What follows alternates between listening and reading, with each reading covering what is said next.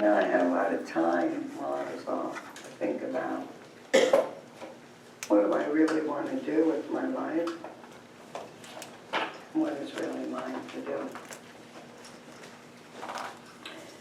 And that's a really good question for seekers to consider, because we all see a world in which we're called into conscious social action, guided by spiritual wisdom.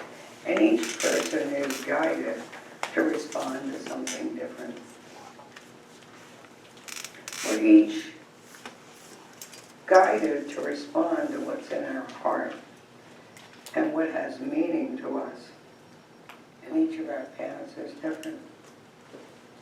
But when we fail to pay attention to what it is that's calling us into action, the result is that we don't live as powerfully as we might. And what is mine to do is really vastly different from what is yours to do. For some of us, the right thing to do is to offer support in prayer. For others, we contribute from our wealth. For others, we share our time. For others, we become involved in organizations that support human dignity. For all of us, there's something that wants to be done through us that only we can do. Because each and every one of us has a unique set of gifts and talents. God doesn't make two of anything. I told you once before that I always thought the zebras looked the same. They're not. Even from a distance, even up close, their stripe patterns look the same to me, but they are not. So each one of any life form is unique. Every grain of sand, every blade of grass, unique. Every human being, unique. Perhaps you want to change jobs. Perhaps you want to leave a relationship. Perhaps you want a relationship. Maybe you want to work for a particular cause that speaks to you. Or maybe you want to move. Or maybe you want to do something more creative, paint or sing or act. Maybe you want to go skydiving. Whatever is calling you is spirit within you, urging you to embrace more of that in your life. Where do our urges and our ideas come from? They come from the wisdom within us, and what is that wisdom? Is spirit. So if we're feeling called to do something, that's what we're supposed to be following. You know, everyone has a purpose in life, and within that purpose, there's a unique talent waiting to be expressed and shared with the world. And if you ever witnessed anybody living in their life's purpose, it's inspiring to see. They're happy. They're in pure bliss. And if you haven't found your purpose, that's okay, because you will. It's your birthright. You know, some people have a very clear vision early in life, and it's that path, you know, that they follow, and it seems like it was laid out for them, and they simply have to move in that direction. For others, the vision is not so clear, and the path can be elusive. And even for those who seem to know the way that they're supposed to move forward, even at one time or another, they ask themselves the same question that we ask ourselves: is this the life I was meant to live? You know, I always knew, even as a young girl, that there was more than I could say. That there had to be something beyond the physical realm and my five senses.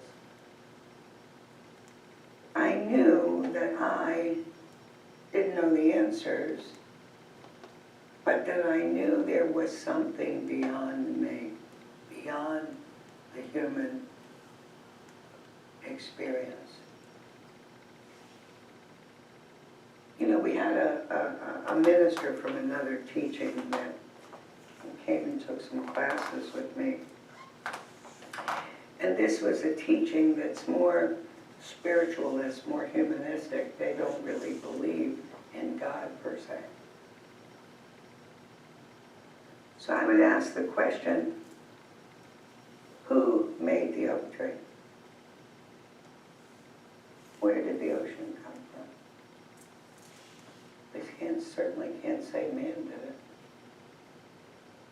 Man didn't do it. We don't have the ability to do that. So where did it come from? You know, we call our teaching science of mind, big M.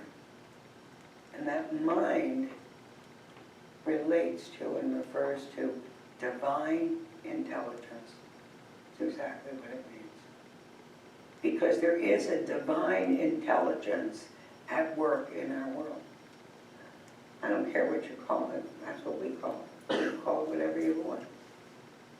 But it's obvious that there's something going on. That there's an intelligence in all of creation. From the very smallest of particles right on up. Where did that come from? How does the acorn know to become an oak tree? It's a question I ask myself a lot. How did the intelligence get into that acorn? How did the intelligence get into the cells of our body? Our cells are brilliant. They know exactly what to do and how to do it. That's why they use them today in so many things. But within us, if we seek, the answer will be revealed. What is it we're supposed to be doing? What am I here for? What am I called to do? So I came up with a few things that help us discover this. And the first one, pay attention. When we pay attention, we become an active participant in our lives. We start to notice things that make us happy, and it's easier to reject the things that don't make us happy.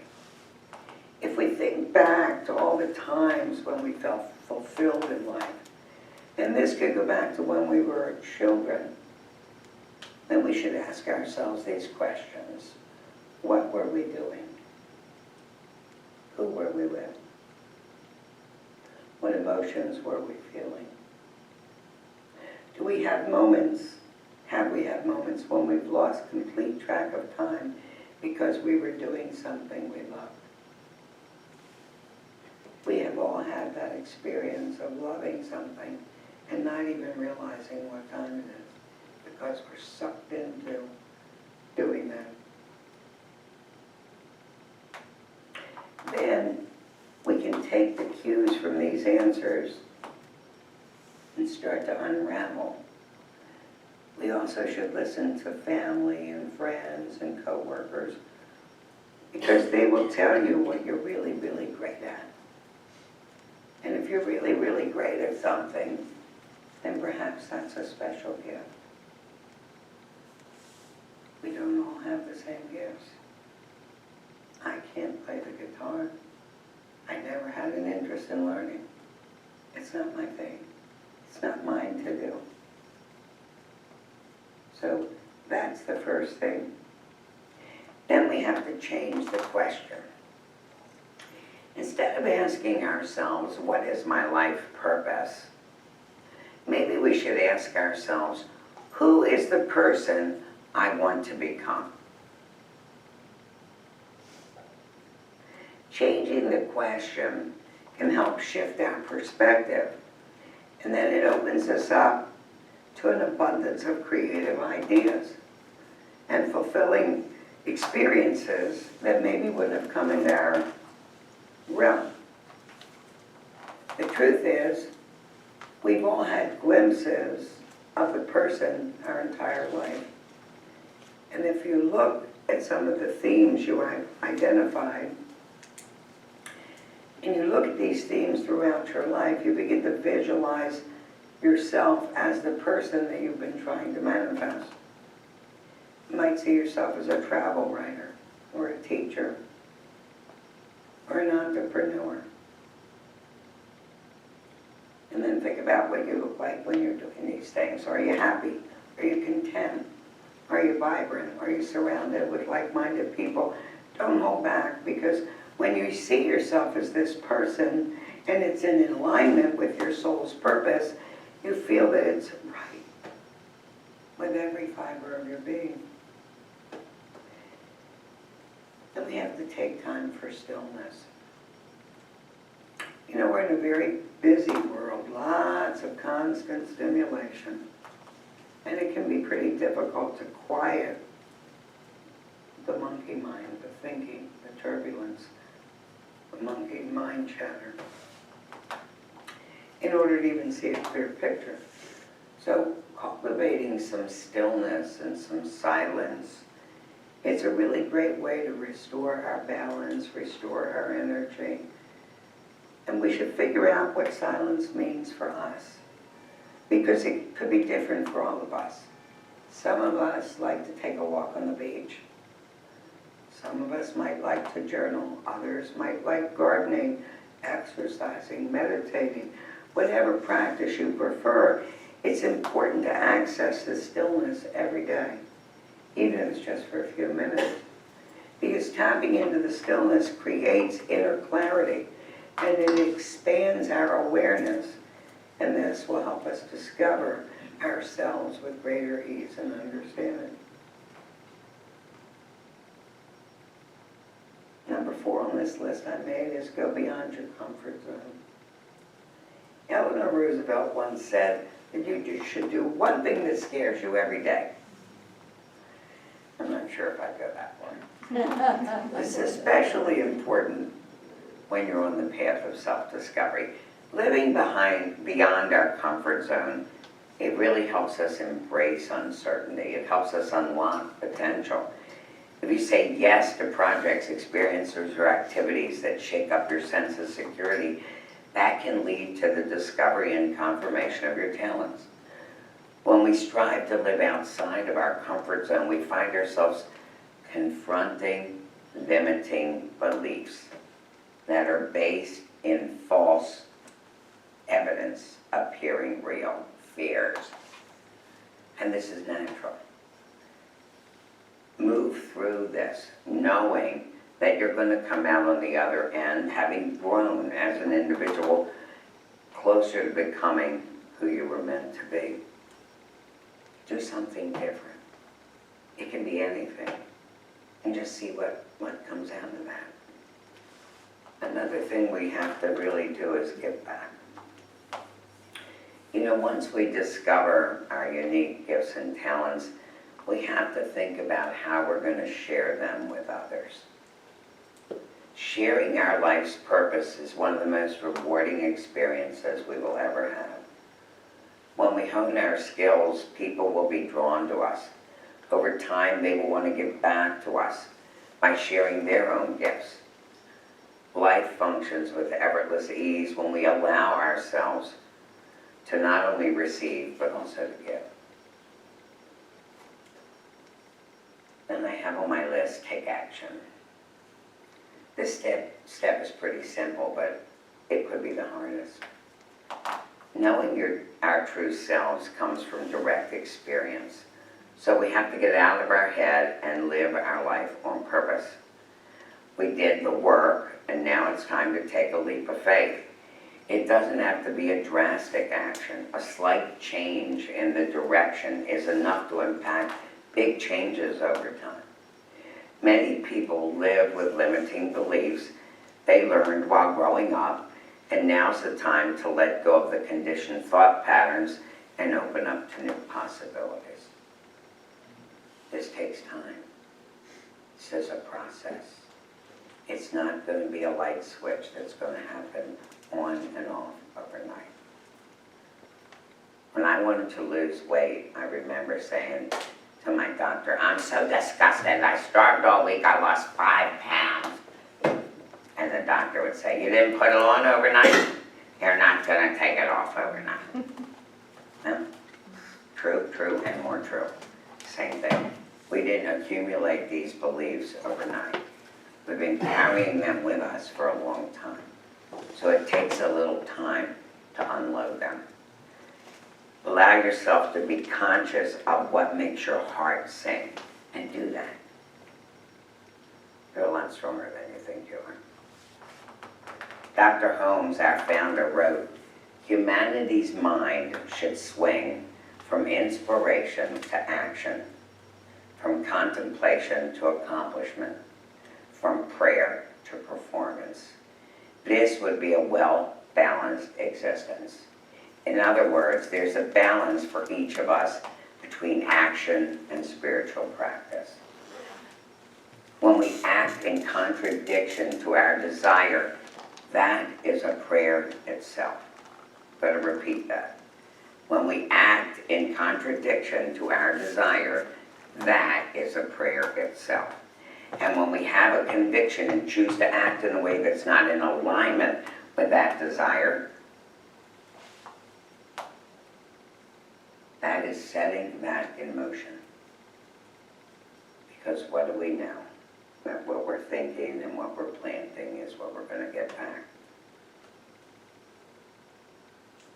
Because we have this surface that says, I am absolutely prosperous. And then inside our head we go, but I don't believe God's going to work in my favor. Well, that's right. You're right. God's not going to work in your favor because that's what you keep putting out there. So our prayer is not for our desire, but instead to experience an inability to have what's necessary for our desire to be fulfilled. We have to allow our actions to match our convictions. And this is the work. This is the work. This is where the rubber meets the road. Anybody hear me say easy? I didn't say easy. This is the work. To absolutely deny and turn away from any conditions that have shown up in our lives and know there is a greater truth than what we're seeing. This is how we develop faith. It's not gained by intellectual understanding. It's gained by practice. It's by acting on our understanding to such a degree that it demonstrates itself to be true in our lives. We have the ability to change anything at any time if we act accordingly. And with every demonstration of this truth, our ability to consciously allow it to work in our favor becomes stronger and stronger. It's not enough to know, understand, or even believe. Our desired prayer is not absolute until our actions are absolutely aligned with the desire itself. Even the conditions which seem to resist our desire have to be accepted and acted upon as if it's part of the desire coming forward. That's a biggie. Because what happens is we plant the seed and something shows up and we go, well, that isn't what I ordered up. Well, maybe it is. Because isn't it about our perceptions? So if we're perceiving it's not good, what does it become to us? Not good. It's not our job to make it happen. It's our job to act as if it's happening right now. In all that we do, and in all that we say, and in all that we see around us. That doesn't mean sit and wait for God to do something. It means act and know that as long as our actions align with our desires, God is manifesting their greatest outpicturing. We have a saying in our teaching, treat, pray, and move your feet. You don't just sit on your haunches waiting for it to show up. Now I want to tell you a true story of a woman who was called to act, and she listened to the call. You can look her up online. It's a story of a woman named Marion Luna Grimm. In 1984, Marion Luna Brim was 30 years old and she was dying. Marion had cancer of the breast and cervix and had undergone 2 surgeries in 11 weeks, a mastectomy and a hysterectomy. Now she was suffering the horrible effects of the chemotherapy. Adding to her pain, the disease had robbed her of her hair, her savings, and now her husband, who walked out saying he couldn't deal with it anymore. She was left with 2 small boys and no means to support them. Worse, her prognosis was a death sentence. Doctors told her she had 2 years to live, 5 if she was really lucky. So on a hot Texas morning in May, she was laying with her cheek on the bathroom floor, trying not to throw up from the chemotherapy. And despite her gut-wrenching pain and fear, she knew she couldn't afford to lie there and feel sorry for herself. Instead, she had to focus on taking care of her kids, and that meant finding a job. But she had no experience and very little formal education, not exactly a powerful resume to launch a budding career. Plus, she was a woman, and Hispanic woman, which in many people's eyes meant she had 2 strikes against her. Marion thought only of survival. The words rich and successful never entered her mind. Where to begin? Susan, Marion's best friend, suggested she look for a job in sales, but Marion worried about her lack of experience. Susan reminded her that there was a lot of value in the job market for the skills she possessed as a housewife. Time management, budgeting, not to mention the people skills she had developed while being a room monitor and a member of the PTA. So with all the resolve she could muster, Marion thought, why not? Of all the industries to pursue, Marion chose the male-dominated field of selling automobiles. One of Marion's past part-time jobs was as a switchboard operator at a Dallas car dealership, so she knew there was good money in car sales. She had also seen firsthand how salesmen talked only to the male half of the couple, virtually ignoring the woman. Intuitively, she knew that women were an important part of the decision-making process and believed this was an opportunity. Statistics now reveal that Marion was right. When couples purchase a car, the woman influences the decision 80% of the time. Marion recognized the need for car saleswomen, and she was determined to fill that need. Armed with only her gut instinct and a funky blonde wig, Marion approached the first car dealership. "Have you ever thought about hiring a woman?" she asked. "No," was their curt reply. She heard the same response from 16 other sales managers around town. Yet Marion Brim didn't give up. She couldn't. "I think courage is something you decide," she said. You wake up in the morning and you have a meeting with the mirror and you say, "Today I'm going to be courageous." But her approach clearly wasn't working. So on her 17th try, she modified her pitch and she said, "Here's what I can do for you." After telling the manager her angle on women car buyers, she was hired on the spot. Marion Luna Brim's career in car sales had begun. At first, her all-male colleagues embraced the young rookie saleswoman. It really wasn't until she began competing with them that she noticed a change in heart, she recalled. "But when they see that you're not going away," this is her quote, "and not going to personalize their derogatory remarks, then a kind of respect is born." Brim's first year out, she was named Salesperson of the Year. Of course, the Black Red Salesman of the Year, and the award included a trip to the Super Bowl and a man's Rolex watch. Still, it was a great honor and a wonderful achievement. Meanwhile, her cancer went into remission, and she was going strong. For 2 more years, Marion was a top producer, but she wanted more than that. It was then that she approached her boss about a management position, and the proposal was flatly rejected. He said, "I'd have to be nuts to take you out of sales with all the money you're making for yourself and for us." As difficult as it was for her to leave the security of the established clientele of repeat and referral business she had worked so hard to get, she moved on, believing she would find what she was looking for. That meant, once again, knocking on doors.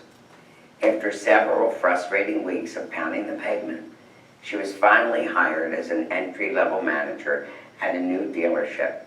She quickly climbed the management ladder, and 2.5 years later, she was ready to start her own dealership. She envisioned an operation run by women for women. All she needed was a measly $800,000, and she would be off to the races. To Marion, it might as well have been 800 million. Once again, Marion rolled up her sleeves. "I put together a portfolio of myself. I literally went to the drugstore and got 50 of those school folders," she recalls. Inside, she put her certificates, her press clippings, and biography. She called it her brag folder. On the advice of a trusted friend, she sent the package to 50 CPAs all over Texas, money managers who represented doctors looking for investment opportunities. 2 weeks later, she received a call from one of those contacts. It would change her life. The CPA had a client, a cardiologist, who had agreed to become her silent partner. The doctor helped arrange $800,000 in working capital, as well as millions more in loans as needed to lease, stock, and market her first dealership. Marion approached Chrysler Corporation, and quickly a deal was struck. Now all she needed was a name for her brand new dealership. Marion wanted something distinctive, and it had to be feminine. She tried several feel-good names, but nothing stuck. Finally, it hit her. Love. It's the most positive word in the dictionary, she thought, and it's the way I feel about this project, the way I'm going to treat my customers, and the way I'm going to treat my employees. So in 1989, just 5 years after selling her first car, Love Chrysler was born, complete with a heart logo on every car. Her motto was, "It's not the hearts on our cars, it's the heart in the people, inside our people." We're spreading love all over Texas. Her labor of love paid off handsomely. Today, she's cancer-free. She's the owner of 2 car dealerships. She recently celebrated the 11th anniversary of Love Chrysler. Her company is 89th on the Hispanic Business 500. She has revenues of more than $45 million.